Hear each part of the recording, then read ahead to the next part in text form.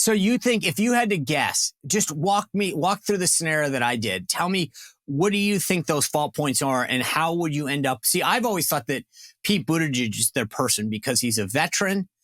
He's articulate. I mean, the guy's a smart guy. He may not be good at what he does, but he's not stupid. He served his country. He went over to Afghanistan. So he checks a lot of boxes. He's gay. So he's progressive, right? He gets all that. I've always thought that like, that's their guy from a Washington establishment point, not necessarily the grassroots, but the people that you're talking about. I've always thought that they really want to see a guy like Buttigieg in more because I think he plays the game and that they could all benefit. Right. I think you actually get to the convention.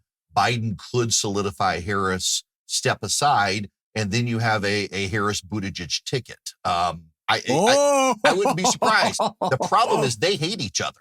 I can see why. One of those great secrets in Washington. It's not a coincidence that every time there's a negative story about Pete Buttigieg, the next day there's a negative story about Kamala Harris. They plant stories their teams do against each other. Dude, I didn't see. I love this because I knew that they probably weren't gelling because you look at the media, right? So like today he's out there doing all these press conferences about holiday travel. Right. He's trying to talk up stuff.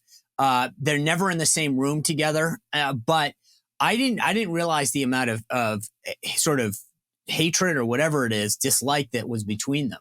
Yeah, look, from what I've been told now, I realize it's gossip. Gossip's a sin. Forgive me, Lord. But Democratic strategists I've talked to said they've never liked each other. They've always stepped on each other.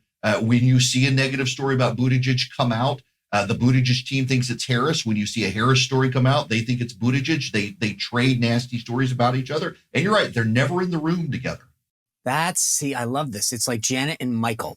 You never see them together.